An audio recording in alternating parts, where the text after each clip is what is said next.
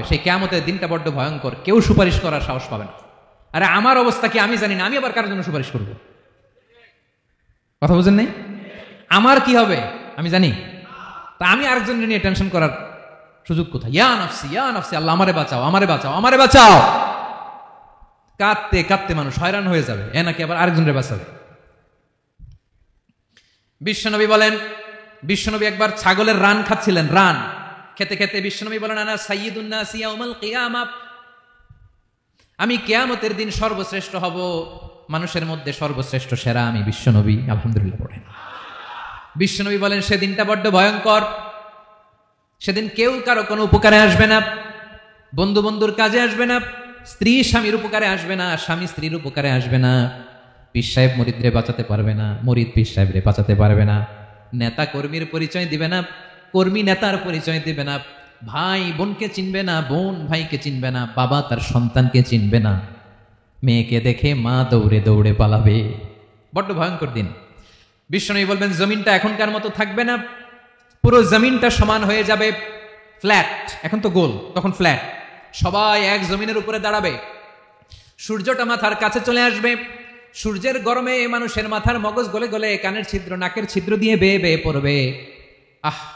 সবাই হয়রান, পেরেশান, ক্লান্ত শ্রান্ত। মানুষগুলো বলবে বাঁচার কোনো উপায় নাই। 50,000 বছর মানুষ এরকম দৌড়াবে, চিৎকার করবে, কাঁদবে, বাঁচার কোনো উপায় নাই। সবাই বলবে আল্লাহ যদি বিচারটা শুরু করতো, যা হবার হবে, আগে বিচার শুরু করুন। বিচারই শুরু হয় না, বিচার শুরু হইতেই 50,000 বছর। আল্লাহ, 50,000 বছর, 5,000, 15,000 না, 50,000 বছর এরকম যাবে। মানুষগুলো কাঁদতে কাঁদতে বলবে, চলো আমরা আদম আলাইহিস সালামের কাছে যাই, যেন আল্লাহরে যে সুপারিশ করে, আল্লাহ আপনি বিচার শুরু করেন। কিয়ামতের ময়দানে সবাই মিলে সাইয়েদনা আদম আলাইহিস সালামের কাছে যেয়ে বলবে, ইয়া আবাল বাশার ইয়া আউয়ালাল আম্বিয়া, ও আদম নবী, আপনি দুনিয়ার বুকে প্রথম নবী, আল্লাহ নিজ হাতে আপনারে 60 হাত লম্বা করে বানিয়েছেন, আপনার সম্মানে ফেরেশতাদেরকে সেজদা দিতে বলেছেন, দুনিয়ার প্রথম নবী, প্রথম মানুষ আপনি, আপনি আল্লাহরে যে সুপারিশ করেন যেন আল্লাহ বিচার শুরু করে। আদম আলাইহিস সালাম বলবেন, আমি পারবো না, কারণ আল্লাহ আমাকে একটা নিষিদ্ধ গাছের কাছে যেতে নিষেধ করেছিল, আমি ভুল করে এই গাছের ফল খেয়েছি। নাফসি নাফসি, আজকে আমার কি হবে আমি জানি না, আমি বড় লজ্জিত। আমারে যদি আল্লাহ জিজ্ঞেস করে কেন খাইছিলাম, আমার কোনো উত্তর নাই, তোমারে বাঁচাবো কেমনে আমি? নবীরা থার করে কাঁপবে সেদিন। আদম আলাইহিস সালাম বলবেন, আমি পারবো না, মাফ করো আমাকে, আমি পারবো না, ওই যে ভুল করে গন্ধম খেয়ে ফেলেছি, নিষিদ্ধ গাছের ফল খেয়ে ফেলেছে, আমি বড় লজ্জিত, অনুতপ্ত, আমি পারবো না। আজকে আল্লাহ এত রাগান্বিত হয়েছে, আগে কখনো আল্লাহ এত রাগান্বিত হয় নাই, ভবিষ্যতে আল্লাহ কখনো এত রাগান্বিত হবে না, আমি পারবো না। এক কাজ করো, তোমরা নূহ আলাইহিস সালামের কাছে যাও। কোন নবী? লোকেরা এবার পাগলের মতো দৌড়াতে দৌড়াতে আল্লাহর নবী নূহ আলাইহিস সালামের কাছে যেয়ে বলবে, ইয়া নবী আল্লাহ নূহ, আনতা আউয়ালুর রাসূলি ফিল আরদ, আপনি জমিনে প্রথম রাসূল। আদম আলাইহিস সালাম নবী ছিলেন, রাসূল ছিলেন না, এই দুনিয়ার বুকে প্রথম রাসূল ছিলেন আল্লাহর নবী নূহ আলাইহিস সালাম। সবাই বলবে, ও নবী আল্লাহ নূহ, রাসূল আল্লাহ নূহ, আল্লাহ আপনাকে আবদান শাকুরা, শুকরগুজার বান্দা বলে কোরআনে বলেছে। কোরআনে নূহ আলাইহিস সালামের নামেও সূরা আছে না নাই? আপনি আল্লাহর প্রিয় বান্দা, প্রিয় রাসূল। দেখেন আমাদের কি দশা, ঘামতে ঘামতে শেষ, জমিনটা তামার জমিন, সূর্যটা মাথার কাছে, কি করবো আর পারি না, ঘামতে ঘামতে আর কত ঘামবো, কত দাঁড়িয়ে থাকবো। আল্লাহরে যে বলেন বিচার যেন শুরু করে। নূহ আলাইহিস সালাম বলবেন, আমিও পারবো না, আমিও পারবো না, আমি আমার ছেলের জন্য এক কথা বলে ভুল করে ফেলছি। যখন মহাপ্লাবন হবে আমি বললাম, আল্লাহ আমার কলিজার টুকরা সন্তান রে বাঁচান। আল্লাহ বললেন, ও নূহ, সে তোমার সন্তান না, কারণ সে ঈমান আনে নাই, সে পাহাড়ের উপর দাঁড়িয়েছে, দেখি কেমনে সে বাঁচে। ওই যে আমি একটা না বুঝে আবদার করেছি, আল্লাহ আমার উপর রেগে গিয়েছিলেন। আজকে আল্লাহ ওই ব্যাপারে যদি আমারে প্রশ্ন করে, আমার কোনো জবাব নাই, আমি পারবো না, মাফ করো। তোমরা সবাই মিলে আল্লাহর খালিল ইব্রাহিম আলাইহিস সালামের কাছে যাও। লোকগুলো পাগলের মতো খুঁজতে আরম্ভ করবে, অযুত লক্ষ নিযুত কোটি মানুষের ভিড়ে আল্লাহর খালিল ইব্রাহিমকে যেয়ে বলবে, ইয়া খালিলুল্লাহ, ও আল্লাহর খালিল, আল্লাহ আপনাকে বড্ড ভালোবেসেছেন, আপনি কাবা বানিয়েছেন, আল্লাহ আপনাকে বড্ড পছন্দ করেন। দেখেন আমাদের কি অবস্থা, আপনি যে আল্লাহর কাছে সুপারিশ করেন যেন আল্লাহ আজকে বিচার শুরু করে। আল্লাহর নবী ইব্রাহিম বলবেন, আমিও পারবো না, আমি আমার জীবদ্দশায় 3টা মিথ্যা বলেছি। কয়টা? আসলে মিথ্যা না, একটু টুইস্ট করে, কৌশল করে কথা বলেছিলেন, ওইটাকে হাদিসে মিথ্যা বলা হয়েছে।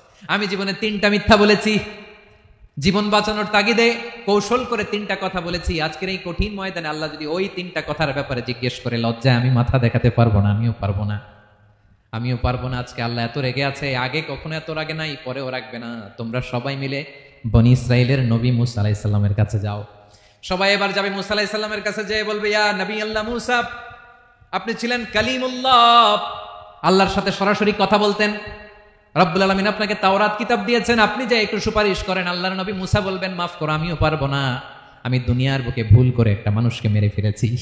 আমি মারছিলাম আদব শিক্ষা দেওয়ার জন্য এক থাপ্পড়, এই থাপ্পড়ে যে ওই লোক মরেই যাবে আমি জানতাম না। আজকে আল্লাহ যদি জিজ্ঞেস করে কেন মারলা, জবাব আছে?